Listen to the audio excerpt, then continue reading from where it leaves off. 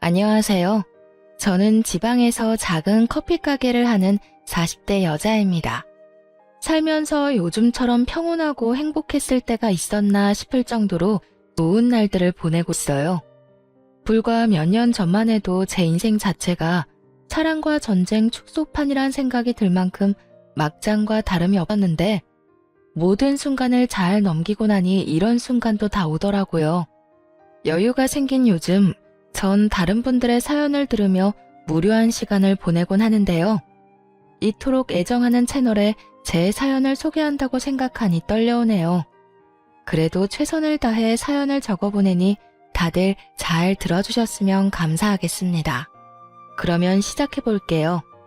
남편과 저는 24살 결혼을 했어요. 네, 다들 예상하시다시피 혼전 임신이었습니다. 그 당시 군대를 갓 전역한 남편과 직장 생활을 막 시작한 저는 친구의 소개로 만나 연애를 시작하게 되었고 혈기왕성한 시기답게 예상치 못한 임신으로 서둘러 결혼까지 하게 되었습니다. 물론 사랑하기도 했었죠. 아무리 아기가 생겼다고 한들 사랑하지도 않은 남자랑 결혼할 수는 없는 노릇이니까요. 하지만 사랑보다는 임신이 이른 결혼에 더 큰 이유가 되었다는 사실을 부인하지 않아요. 뱃속에 생긴 생명을 지켜야 한다는 생각이 강했고 남편 역시 저와 생각이 같았던 터라 결혼을 약속하게 되었죠. 처음 예비시댁에 찾아가 임신 사실을 알렸더니 감사하게도 이렇게 말해주더군요. 그래, 너희 뜻이 그렇게 확고하다면 우리 뜻이 뭐가 중요하겠니? 우리가 살아주는 인생도 아니고 우리가 그 아기의 부모가 되어줄 것도 아닌데 말이다. 지금 생각하는 것보다 부모가 된다는 건 더 힘든 일일 거다. 그럴 때일수록 남자가 더 잘하고 더 많이 배려해줘야 해. 알겠지, 아들? 그럼 내가 얼마나 잘하는데. 엄마는 그런 걱정은 하지도 마. 앞으로 이 엄마가 두고 볼 거야. 네 첫눈에 눈물 나게 하면 이 엄마가 가만 안 둘 거니까 그런 줄 알아. 아가, 우리 집에 와줘서 고맙다. 앞으로 모자란 내 아들 잘 부탁한다. 시댁에선 저희의 결혼을 응원해 주셨고 다행스럽게도 저희 부모님 역시 저희 뜻을 받아들여 주셨어요. 그렇게 결혼을 하게 된 저흰 어느새 20년 남짓한 시간이 흘러 20살의 아들을 둔 40대 중반 젊은 엄마 아빠가 되었습니다. 저희는 결혼을 하는 순간부터 시댁과 친정 모두 가까운 곳에 살고 있었어요. 시댁엔 아들이 10살이 되던 해에 당뇨병 합병증으로 인해 시부가 돌아가시고 친정엔 제가 결혼을 하고 얼마 되지 않아 엄마가 돌아가셔 아빠가 혼자 계신 상태였기 때문이었죠. 처음엔 그냥 얻다 보니 가깝게 얻은 것이었는데 살면서 상황이 그렇게 되다 보니 당연스럽게 가까운 곳에 살게 되었던 것이었어요. 시댁엔 시누이가 있긴 했지만 남편이 불안해했고 저는 외동이었던 터라 시댁 친정 모두 가깝게 있는 것은 저희 두 사람에겐 여러모로 옳은 결정이었죠. 워낙 어린 나이에 한 결혼이라 그런지 신혼 때는 정말 하루가 멀다 하고 싸웠던 기억이 있어요. 저는 저대로 임신을 한 상태라 인생 최고의 예민한 시기를 보내고 있었고 남편은 남편대로 가장이 될 준비가 되지 않은 상태에서 가장 노릇을 하느라 힘이 드는 시기였죠. 임신이라는 이유가 있기도 했지만 그만큼 남편을 많이 사랑했기에 한 결혼이었는데 초반부터 사소한 것들로 다툼이 잦아지니 너무 힘이 들더라고요. 혼자 마음을 다스리고 인내하기엔 저 역시 어렵기에 참 외롭기도 하고 힘들기도 했어요. 그럴 때마다 저를 위로해주고 보듬어줬던 건 다름 아닌 시모였어요. 아가, 요즘 많이 힘들지? 네? 아니에요. 제가 뭐가 힘들어요. 집에서 쉬고 있는데요. 임신한 애가 쉬어도 그게 쉬는 거니? 몸 한번 움직이는 것도 쉽지 않고 먹는 걸 하나 마음대로 마음 편히 먹을 수가 있냐? 스트레스 받는다고 술 한 잔을 먹을 수나 있나? 한창 놀기 좋아하는 나이에 집구석에 처박혀서 그러고 있지 않니? 말은 안 해도 너 힘든 거 다 안다. 어머님, 전 괜찮아요. 그렇지 않아도 감정선이 뒤죽박죽 하던 터라 시모의 말에 울컥하며 갑자기 눈물이 왈칵 쏟아져 내리더군요. 저의 눈에선 괜찮다는 말과는 달리 눈물이 계속해서 쏟아져 내렸고 그런 저를 어머님이 꽉 안아주시더라고요. 그래. 내가 네 맘 다 안다. 나도 네 남편 어릴 때 낳아 키웠어. 엄마가 어리면 그만큼 좋은 점도 있지만 좋은 만큼 엄마가 희생해야 하는 부분도 크단다. 그래서 너희가 임신했다는 사실을 알려왔을 때 고민스럽기도 했어. 세인이가 너무 많은 희생을 해야 하는 현실을 알고 있었으니까. 그런데 세이야, 이 시기가 지나고 아기가 태어나면 이 고생들과 희생들을 다 보답받을 수 있는 날이 분명 온단다. 그날이 오기 전까진 내가 너에게 힘이 되어줄 테니 힘든 일이 있으면 언제든 내게 말하거라. 많이 힘들었던 신혼 초에 시모의 이런 말과 행동들이 저에게 얼마나 큰 위로가 되었는지 모릅니다. 시모는 늘 저의 편에 서서 저의 입장에서 생각해주며 저를 친딸처럼 아껴주셨고 시누이는 무관심으로 저에게 마음을 써주었어요. 언니, 내가 언니한테 관심이 없는 게 아니라 제가 괜히 언니 생각한답시고 나서는 게 언니한테는 스트레스일 수도 있을 것 같아서 가만히 있는 거예요. 그러니까 제가 너무 무관심하다고 섭섭해하시면 안 돼요? 저 언니 많이 좋아해요. 혹여나 제가 오해할까봐 이런 말까지 자주 해주곤 했었죠. 이렇듯 생각지도 않은 새로운 가족이 생긴 대신 세상 누구보다 제 가까운 제 편이라고 생각했던 남편이 변하기 시작하더군요. 처음엔 준비되지 않은 가장 노릇을 한다고 아기를 출산하고 난 후엔 일하고 돌아와 피곤하다는 핑계로 저와 아들을 멀리하더라고요. 그때 처음 저희 부부에게 고비가 왔던 것 같아요. 저는 그때 그 핏덩이 아들을 데리고 이혼까지 해야 하나 진지하게 고민을 하기도 했으니까요. 이런 저의 마음을 어떻게 아셨는지 시모가 저희 부부를 부르더니 그 자리에서 아주 호되게 남편에게 잡아댔었죠. 이놈아, 너 돈 버는 게 유세야? 그까짓 돈 얼마나 번다고 그딴 되지도 않은 유세질에 뻑하면 짜증이나 내고. 내가 뭘, 나 유세 부린 적도 없고 집사람한테 짜증낸 적도 없어. 어디서 거짓말이야? 너 내 앞에서도 네 마누라 홀대하면서 짜증낸 적이 한두 번인 줄 알아? 혹시 너 그런 자각도 못하고 짜증냈던 거야? 아니, 그게 아니라. 엄마, 내 말 좀 들어봐. 듣긴 뭘 들어? 안 봐도 비디오지. 너 이러려고 세이 임신시키고 결혼한다고 난리 부렸던 거야? 그 꽃다운 나이에 너 하나 믿고 애엄마가 된 세이를 이딴 식으로 대하려고? 내가 널 이딴 식으로 키웠어? 어디 꼴값지도 않게? 네가 뭔데 남의 집 귀한 딸을 무시하고 홀대하는 짓거리를 하는 거야? 너 그딴 식으로 굴 거면 당장 세희랑 이혼하고 우리 집에 발걸음도 하지 말거라. 나는 너 같은 자식 필요 없다. 세희 역시 너 같은 인간 쓰레기 남편은 없는 게 더 나을 거니 그딴 식으로 굴 거면 이혼해. 이혼이라는 말이 시모의 입에서 나올 것이라 전혀 상상하지도 못한 남편은 많이 당황한 듯 아무 말이나 하기 시작하더군요. 엄마, 아무리 그래도 이혼이라니. 우리 아들 아직 돌도 안 됐어. 내 아들 엄마 없는 애로 키우란 말이야. 그리고 나 세희 없으면 못 살아. 내가 세희 없이 어떻게 살아? 아들과 저를 앞세워 이혼만은 피해보고자 노력했지만 시모는 그런 남편을 보며 더욱 단호하게 나오더군요.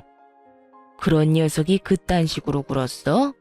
그리고 너 아주 큰 착각을 하는가 본데 내 손주를 왜 네가 키워?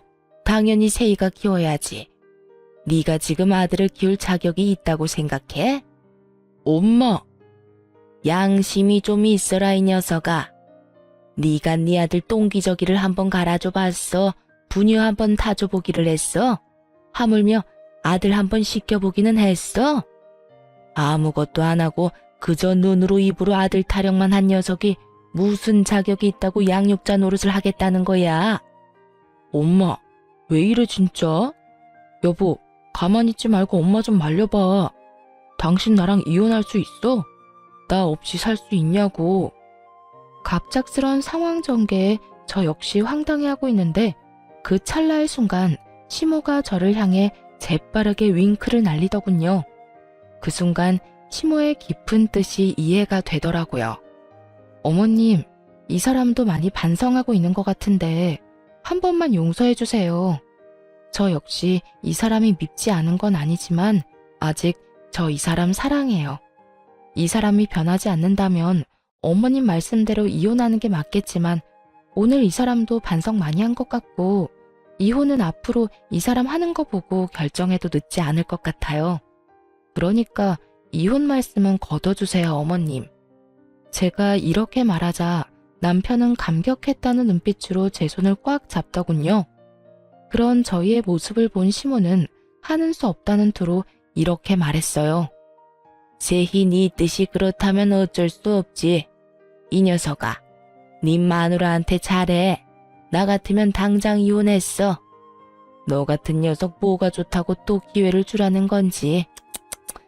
네 복 네가 차는 짓거리 하지 말고 있을 때 잘하란 말이야. 여보, 내가 미안해. 이런 상황이 되니까 내가 얼마나 잘못했었는지 알겠더라. 넌 정말 당신이 이혼하자고 하면 어떻게 해야 하나 무섭기까지 하더라니까. 내가 잘할 테니까 지켜봐줘. 정말이야. 남편은 시모의 계획대로 깊은 반성을 한 듯 했고 결혼하고 처음 맞이한 고비를 잘 넘길 수 있었습니다. 그 후 남편의 언행은 정말 거짓말처럼 변해가더군요. 우선 집으로 돌아오면 저에게 애정 표현을 아끼지 않았고 아들을 대하는 말투와 태도, 심지어 눈빛까지 다정하게 변하더라고요. 여보, 나 왔어. 오늘도 많이 힘들었지? 힘들기는 괜찮아. 당신은? 당신은 괜찮았어? 나야 당신에 비하면 누워서 떡 먹기지.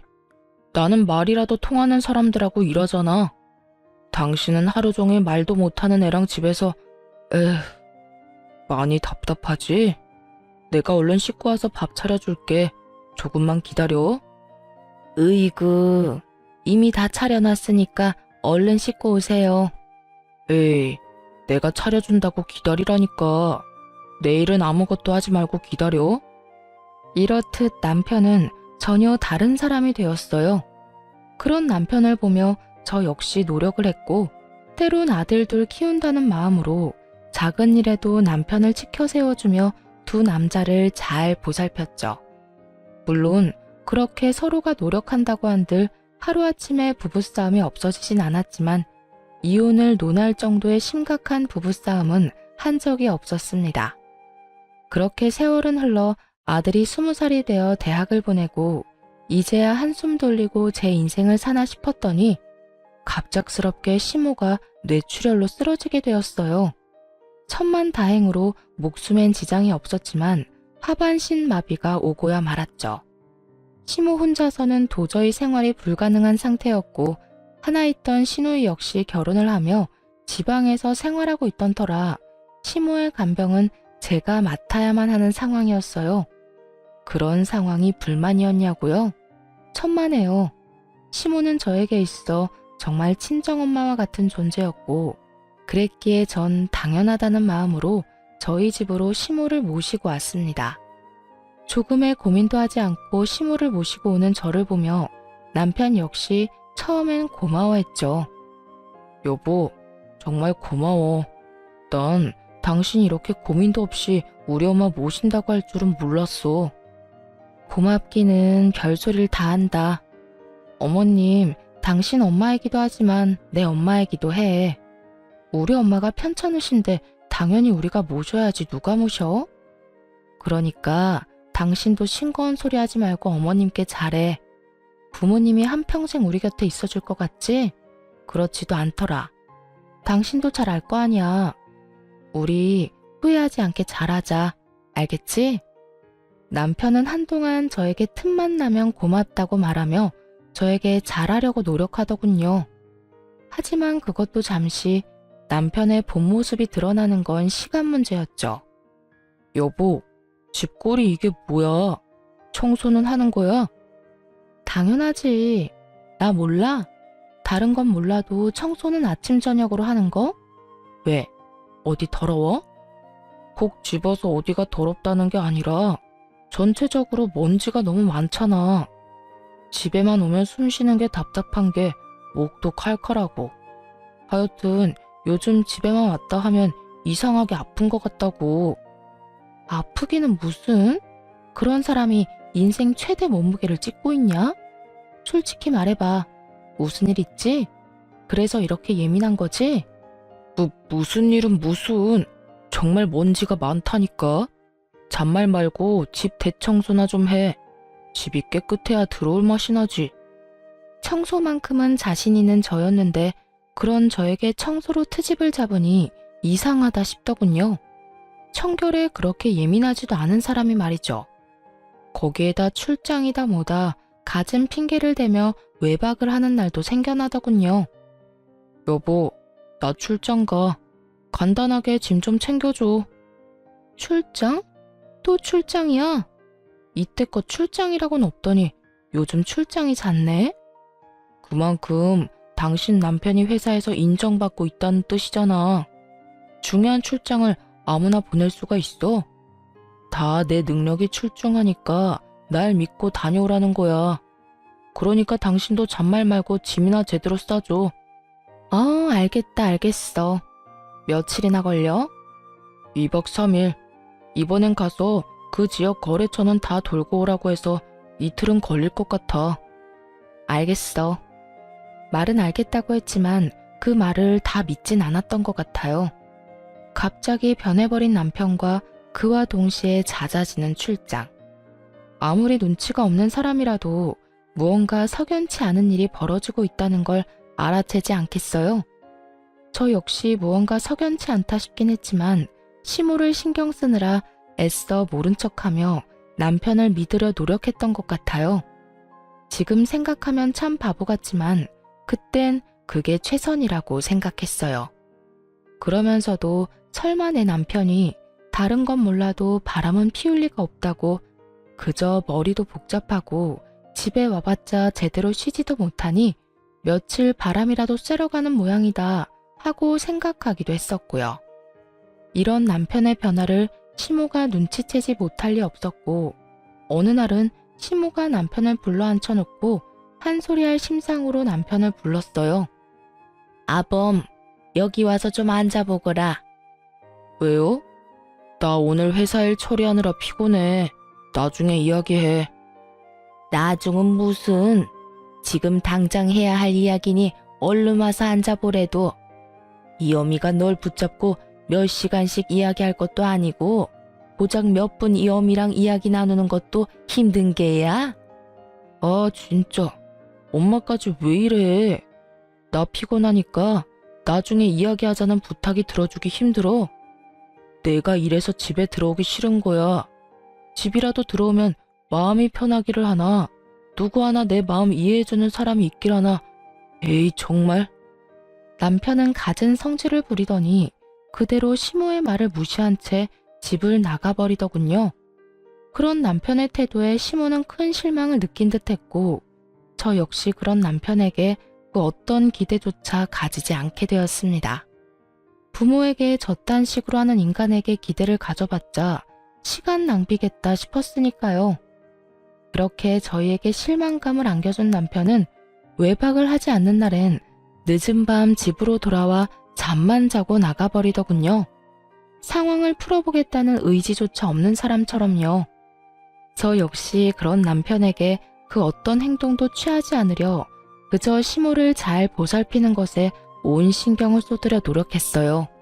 그렇게 한 집에 살지만 남남처럼 지내던 어느 날 시모가 저를 불러 앉히더니 진지한 얼굴로 서류 봉투 하나를 건네주더라고요. 그 봉투 안엔 남편이 낯선 여자와 외도를 저지르는 모습이 담긴 사진과 상간녀의 나이부터 사는 곳, 하는 일까지 세세하게 적힌 종이가 들어있더군요. 손이 덜덜 떨려오고 믿을 수 없는 사실에 생각마저 멈춰버리더군요. 그 순간 시모가 저의 손을 잡아주었고 그제야 정신을 차린 제가 마음을 가다듬고 시모에게 물었어요.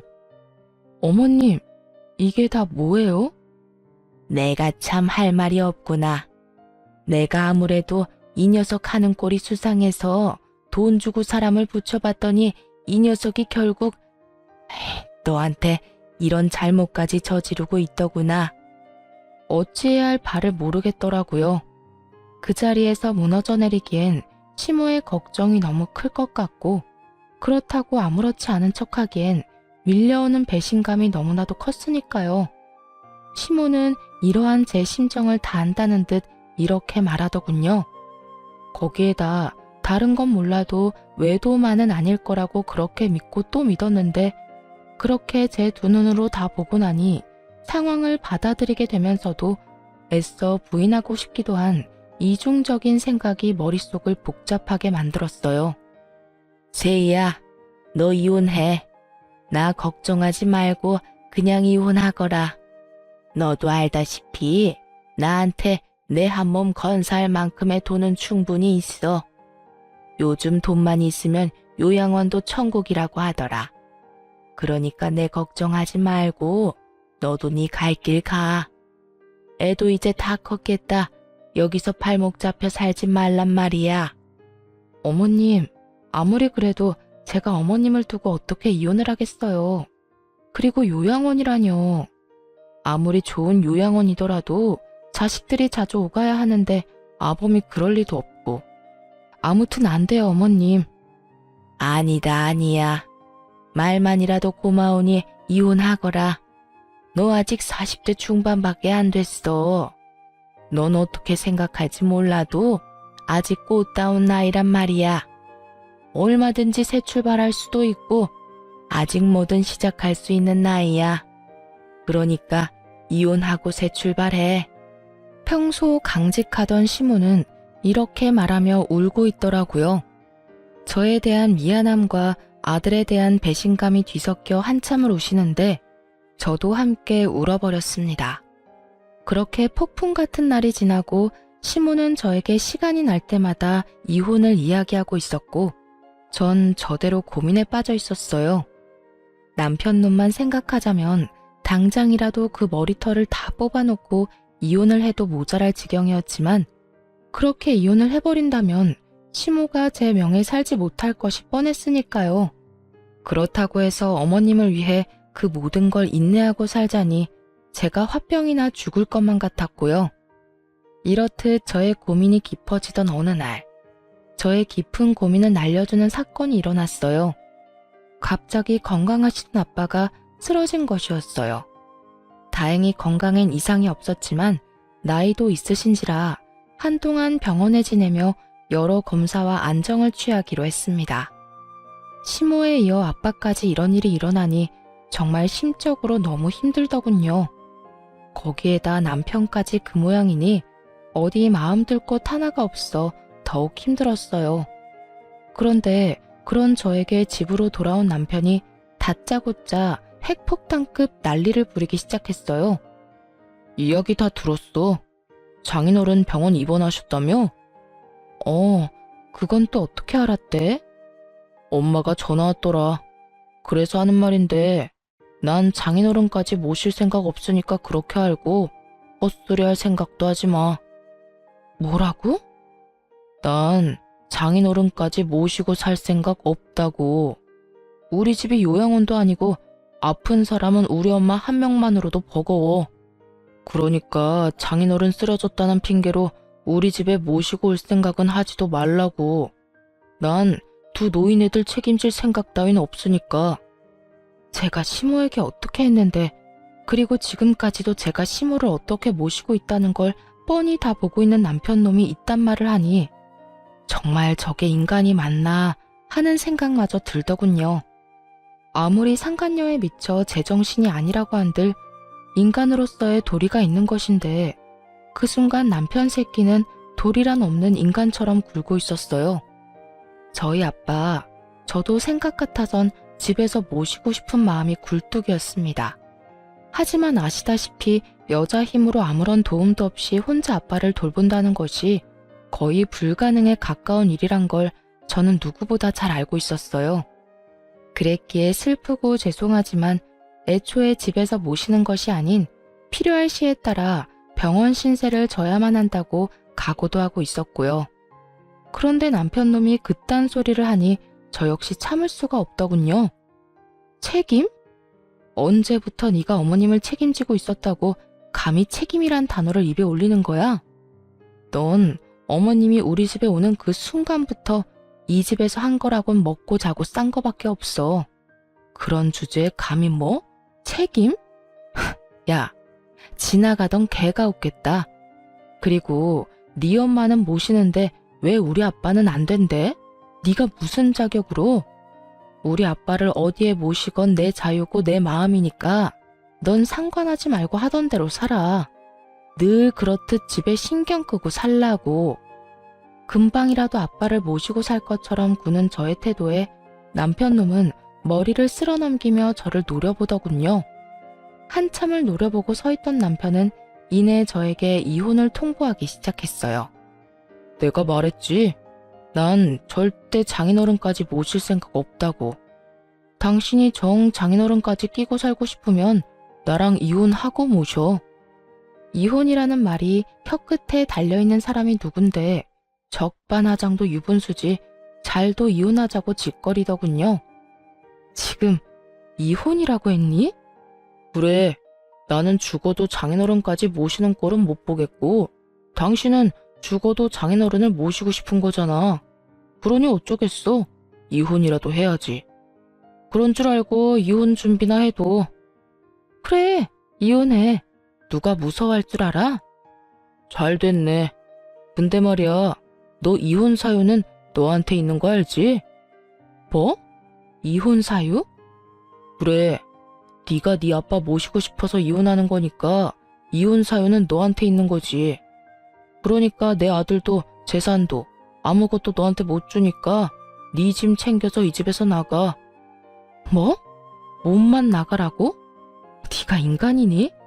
그래도 내가 20년 동안 너한테 한 게 있는데 어떻게 나한테 이딴 식으로 할 수가 있어? 20년 동안 살았으니까 위자료 청구는 안 하고 몸만 내보내주는 거야. 네가 나한테 따지고 들 게 아니라 오히려 고마워해야 하는 거라고. 아, 우리 아들 얼굴은 가끔 보게 해줄게. 그건 걱정하지 마. 이 와중에 저에게 위자료 한 푼도 아까웠는지 유책 배우자를 저로 몰고 가기 시작하더군요.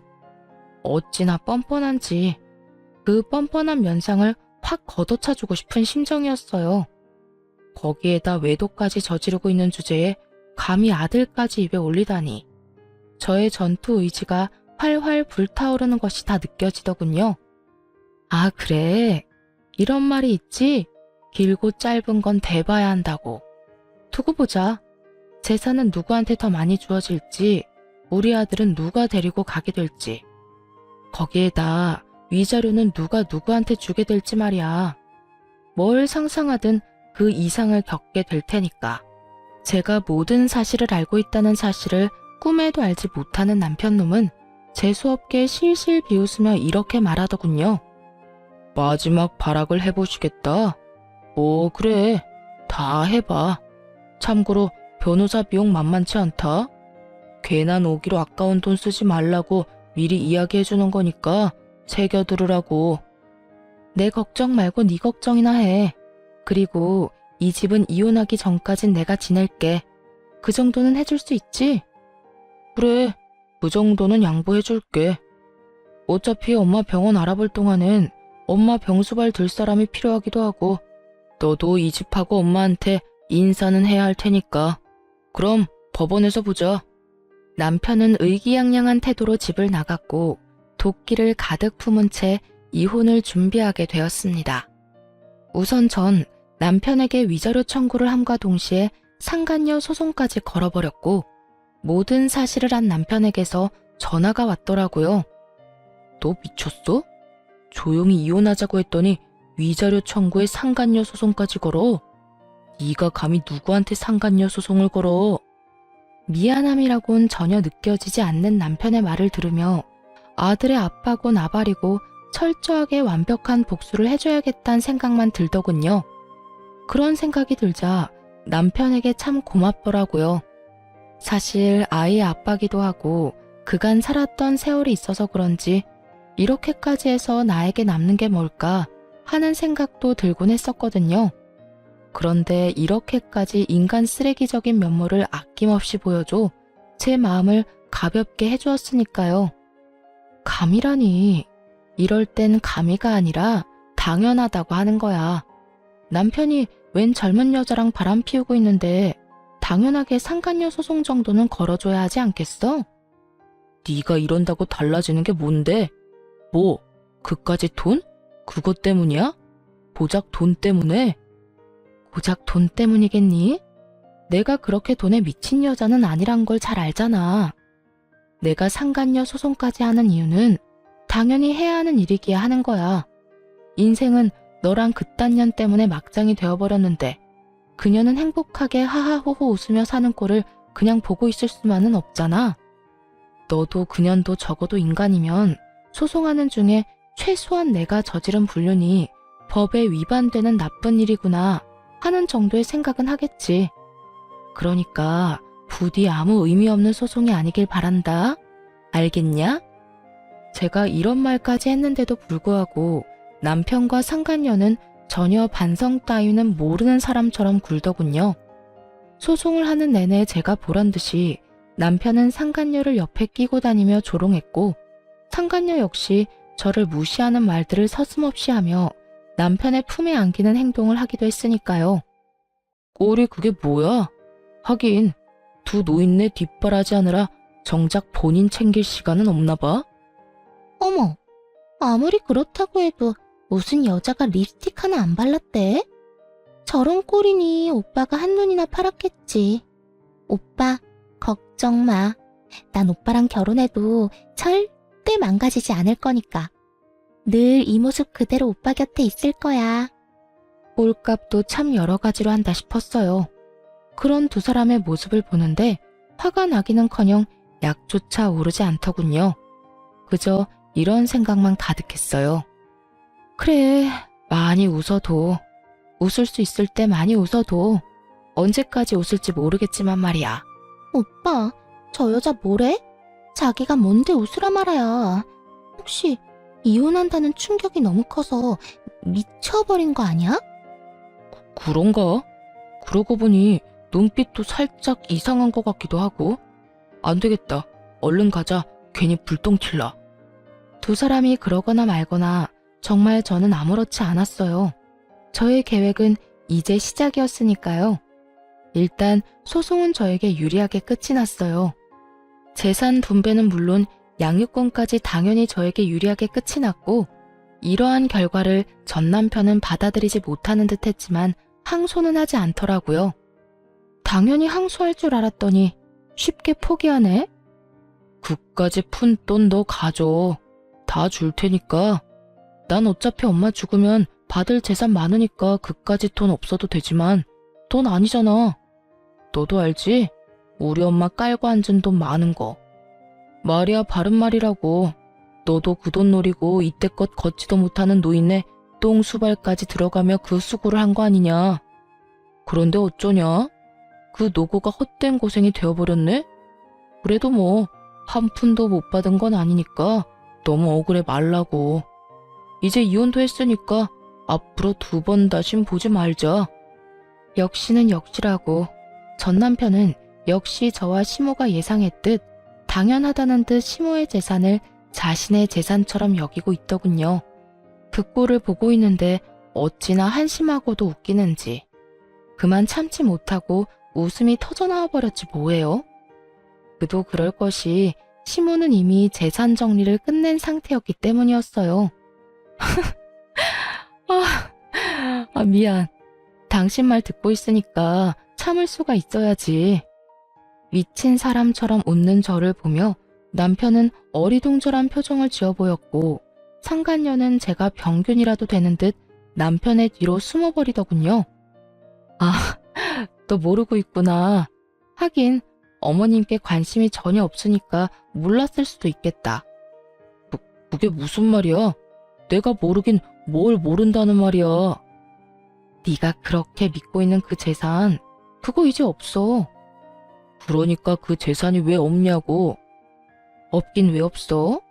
나하고 내 아들한테 사이좋게 나눠주셨으니까 없지. 그렇습니다.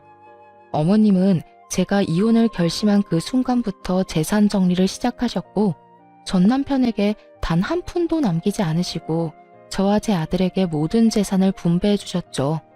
전 남편 놈이 믿고 있던 것은 시모의 재산뿐이었을 텐데 제 말을 들은 전 남편의 얼굴은 사색이 되어버렸죠. 물론 남편의 옆구리에 매달려 있던 상간녀의 얼굴도 별반 다르지 않았고요. 뭐라고? 그 재산 어머님이 진작 나하고 내 아들한테 다 주셨다고. 그러게 어머님한테 좀 잘하지 그랬어.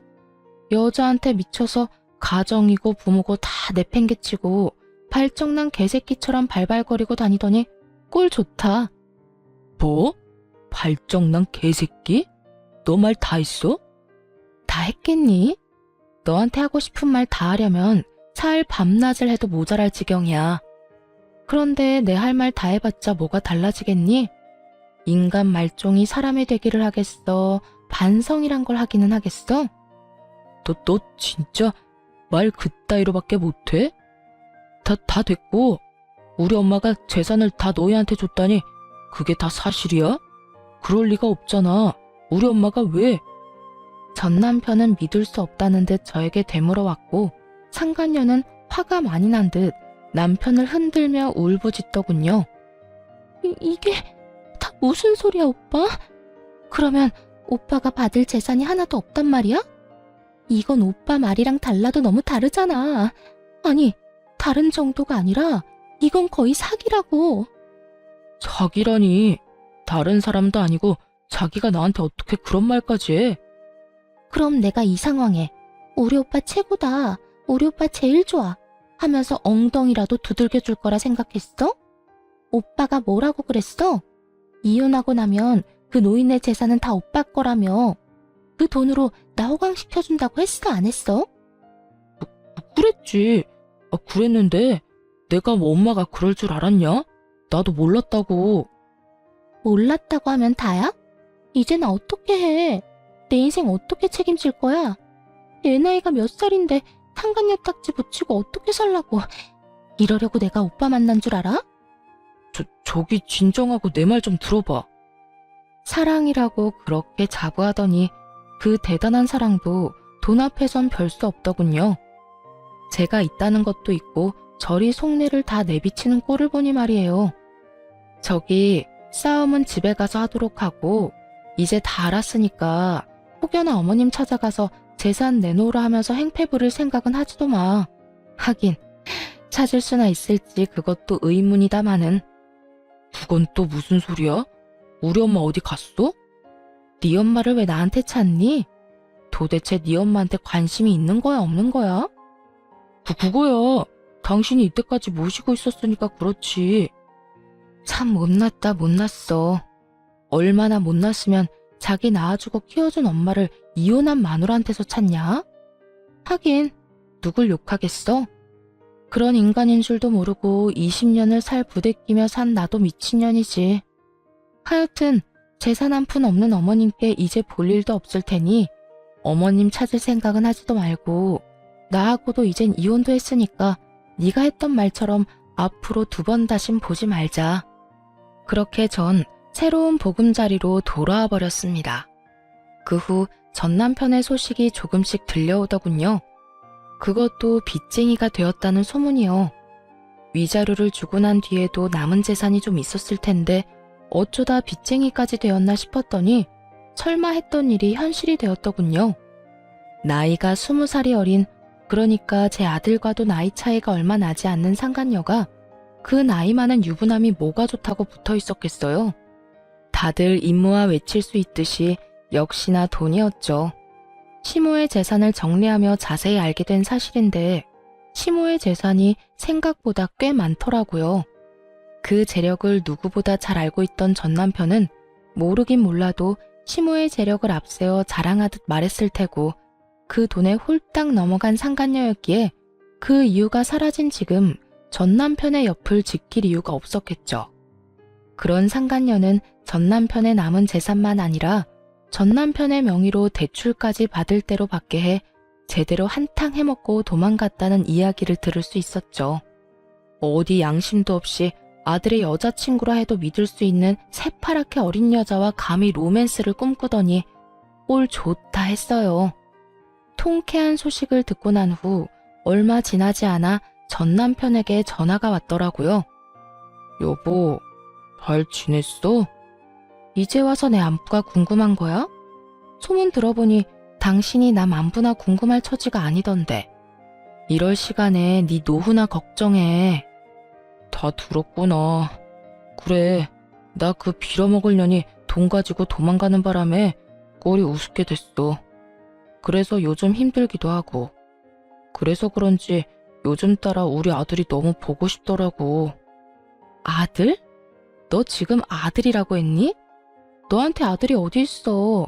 잊었니? 여자한테 미쳐서 가정이고 아들이고 다 버리고 간 거? 후회하고 있어. 내가 미쳤었나 봐. 그깟년이 작정하고 꼬시는 줄도 모르고 당신도 버리고 아들도 버리고 이제 와서 새삼 당신한테 너무 미안하더라고. 입에 침이 나바라고 거짓말하지 그래? 나한테 미안하기는 개뿔. 다 듣기 싫으니까 하고 싶은 말 있으면 얼른 하지 그래. 그게 나 우리 아들 얼굴 한 번만 보여주면 안 될까? 정말 다른 뜻이 있는 게 아니라 아들이 너무 보고 싶어서 그래. 아들이 보고 싶다니 정말 구역질이 나더군요. 거기에다 다른 뜻이 있는 게 아니라는 걸 보니 다른 뜻이 있음이 뻔히 보였어요. 그건 바로 아들이 물려받은 재산임이 분명했고요. 개소리하고 있다. 다 됐고 내 아들은 너 보기 싫대. 너 죽어도 장례식장에도 갈 생각이 없다고 하더라. 그런 줄 알고 두 번 다시 연락도 하지 말고 우리 앞에 나타날 생각도 하지 마. 알겠어? 여보, 그러지 말고 정 얼굴 보여주는 게 힘들면 정말 이런 말까지 하고 싶지 않았는데 돈 좀 주면 안 될까? 나 정말 돈이 한 푼도 없어서 그래. 그년이 대출까지 있는 대로 받아서 도망가는 바람에 내 월급으로 감당도 안 되고 퇴직금도 진작 다 당겼어서 큰돈 구할 데도 없어. 나 지금 오갈 데도 없어서 찜질방에서 지내. 한 푼도 없긴 찜질방 갈 돈은 있나 보네. 그렇게 야박하게 굴지 마. 그래도 우리가 함께한 세월이 20년이 넘는데 그까지 푼돈 좀 주는 게 힘들어? 당신이 돈이 없는 것도 아니잖아. 재산도 한몫 잘 뜯어갖고 엄마한테 받은 재산도 꽤 될 거 아니야.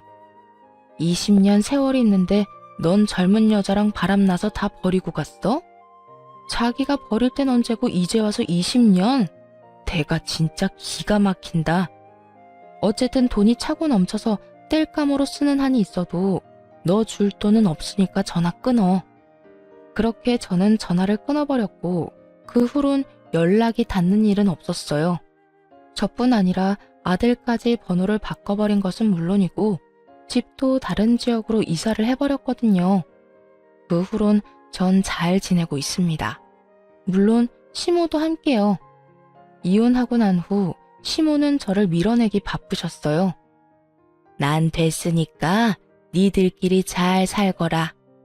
너희한테 내 재산 다 준 것도 아니고 나 죽을 때까지 쓸 만큼은 남겨놨어. 이 돈으로 요양원에 들어가든 실버타운을 들어가든 하면 되니 나는 신경 쓸 필요 없어. 어머님, 말이 되는 소리를 하세요. 제가 어머님 두고 어딜 가든 잘 살 거라 생각하세요? 어머님 손주는 또 어떻고요? 어머님 모시고 안 가면 자기도 안 간다고 난리도 그런 난리가 또 없다고요. 그러니까 그만 고집 부리고 따라 나서요. 얘가 왜 이렇게 사람을 못 살게 굴어? 나는 가기 싫다니까. 정말이야. 너한테 짐이 되기 싫어서 그러는 게 아니라 내가 정말 너랑 살기가 싫어서 그래. 그런 식으로 말씀하시면 알겠습니다. 사시는 동안 평안하세요. 하고 제가 순순히 돌아설 줄 아셨어요? 어머님, 제 고집 아시죠? 어머님이 좋든 싫든 앞으로 저랑 사셔야 하니까 그런 줄 아세요. 적어도 어머님이 주신 재산 다 쓸 때까진 제 옆에 사셔야 하니까 그런 줄 아시고요. 아니, 그래도 얘가 너 나까지 끼고 살면 새 출발 절대 못해. 너 아직 나이도 40대밖에 안 됐고 아들도 다 키웠겠다. 새 출발해야지. 좋은 사람 안 만날 거야? 이대로 혼자 늙어 죽을 거냐고. 새 출발하는데 꼭 남자가 있어야 해요? 꼭 결혼해야 하냐고요. 저는요, 어머님, 이제 남자라면 아주 지긋지긋해요. 이제 겨우 아들 다 키워놓고 즐기면서 살 날만 남았는데 또 새로운 남자랑 살면서 그 뒷바라지를 또 하라니. 절대 싫습니다. 그러니까 어머님이 저 책임지고 같이 살아주세요. 그날 시모께서 참 많이 울더군요. 저 역시 그런 시모를 안고 많이 울었고요. 결국 시모는 못 이기시는 척 저를 따라 나서 주었고 지금은 저와 함께 행복하게 살고 계십니다. 물론 저희 아빠도 함께요. 아빠는 다행스럽게 건강을 회복하셨고 시모는 여전히 거동은 불편하시지만 양호한 상태로 잘 지내고 있어요. 이사한 집이 아주 넓은 주택이라 사돈지간끼리 모여 사는데 큰 불편함 없이 잘 지내고 있어요. 아들은 어느새 군대를 전역하고 곧 첫 출근을 앞두고 있네요. 언제 이렇게나 컸는지 참 뿌듯하면서도 아쉬운 마음도 들더군요. 언제까지나 품 안의 자식일 줄 알았는데 어느새 품에서 나가 혼자 살아갈 준비를 하는 아들의 모습을 보니까요. 그런 저의 마음을 알아챘는지 어느 날은 아들이 이런 말을 하더군요. 엄마, 이때까지 나 키워주느라 고생 많았어요. 앞으로는 내가 엄마랑 할머니, 할아버지까지 잘 챙기고 효도할게요. 그러니까 엄마는 이제 엄마가 하고 싶은 거 하면서 여유롭게 행복하게 살아요. 아들, 이미 엄마는 하고 싶은 거 다 하면서 살고 있어. 그러니까 엄마 걱정, 집안 걱정하지 말고 너 하고 싶은 거 망설이지 말고 다 하면서 살아. 나도 그래요. 나 하고 싶은 거 다 해서 좋은 회사에 취직도 했고 무탈하게 군대도 전역했고요. 다 엄마가 나 잘 키워줘서 이렇게 잘 클 수 있었지 뭐. 하여튼 혹시나 엄마가 힘들면 나한테 기대줬으면 좋겠어요. 이젠 나도 컸으니까 나한테 의지도 하고 고민도 털어놓으면서 그렇게 살아갔으면 좋겠어요. 그래, 고맙다. 우리 아들이 최고네. 그런 당연한 소리를. 하여튼 사랑해요, 엄마. 눈물이 왈칵 쏟아져 나오는 걸 얼마나 참았나 몰라요. 소중한 제 아들. 때론 자식처럼, 때론 남편처럼 저의 곁을 든든하게 지켜주며 요즘에도 뜬금없이 사랑한다는 말을 아끼지 않고 자주 해주는 사랑스러운 아들입니다. 그리고 전 사연 처음에 말씀드렸다시피 시골에서 작은 카페를 운영하며 지내고 있어요. 집 바로 옆 낡은 주택을 사 리모델링을 하고 카페를 열게 되었거든요. 정원도 있어 낮엔 아빠와 시모가 시간을 보내기도 좋고 저 역시 제 시야가 닿는 곳에 두 분이 계시니 심적으로 안심이 되기도 하고요. 여러모로 좋은 결정이었던 것 같죠? 이로써 저의 사연도 끝났네요. 어떠셨나요? 많이 답답하셨을까요? 아님 앞으로의 저의 인생을 응원해 주시는 분들이 더 많으실까요? 어찌되었든 저는 앞으로 두 분과 함께 행복하게 잘 살아가 보려고요. 저의 긴 사연 들어주신 모든 분 감사합니다. 좋은 하루 되세요.